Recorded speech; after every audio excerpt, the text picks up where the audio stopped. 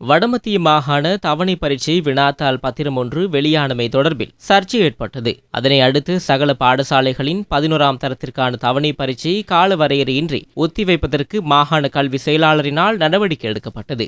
வினாத்தாள் வெளியான சம்பவம் தொடர்பில் உரிய விசாரணைகள் தற்போது முன்னெடுக்கப்பட்டுள்ளது.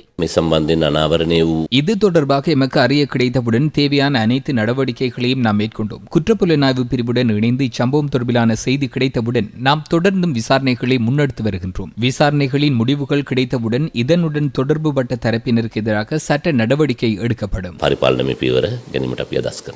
இந்நிலையில் வினாத்தாள் வெளியான சம்பவத்திற்கு கல்வி திணைக்களத்தின் உயர் அதிகாரிகள் தொடர்புபட்டுள்ளதாகவும் அவர்களுக்கு எதிராக உடனடியாக விசாரணைகள் முன்னெடுக்கப்பட வேண்டும் என இலங்கை ஆசிரியர் சங்கம் குற்றம் சுமத்தியுள்ளது.